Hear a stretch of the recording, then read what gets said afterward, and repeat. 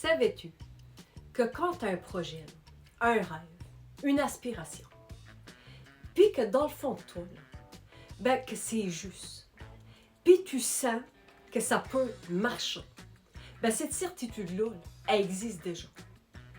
Mais elle ne peut pas se réaliser si tu ne sais pas où trouver l'énergie pour avancer.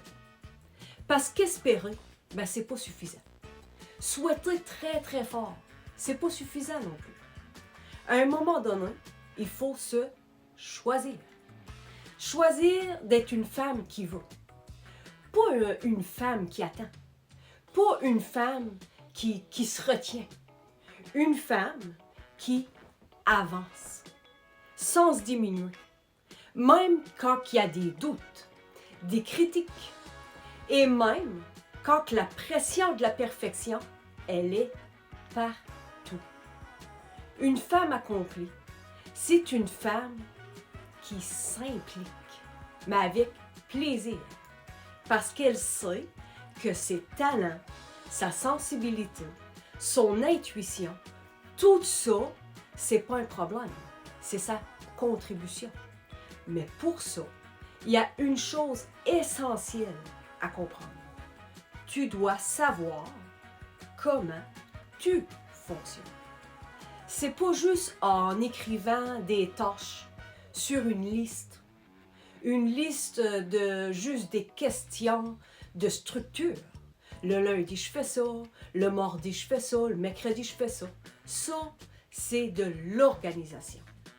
Mais c'est pas encore la structure de ton énergie.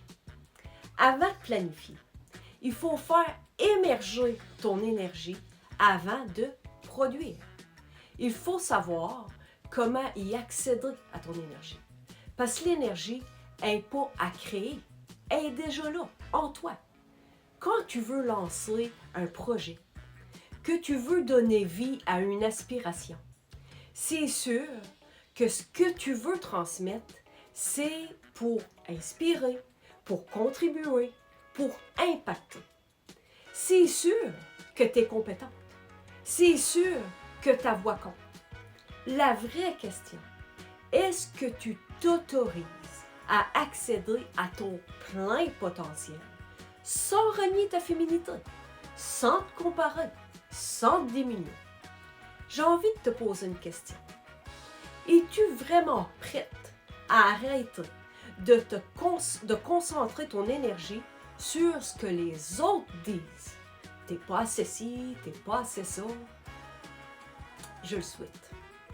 C'est pour ça qu'il faut apprendre à préserver ton énergie, à arrêter de la disperser pour plaire, pour performer, pour être parfaite.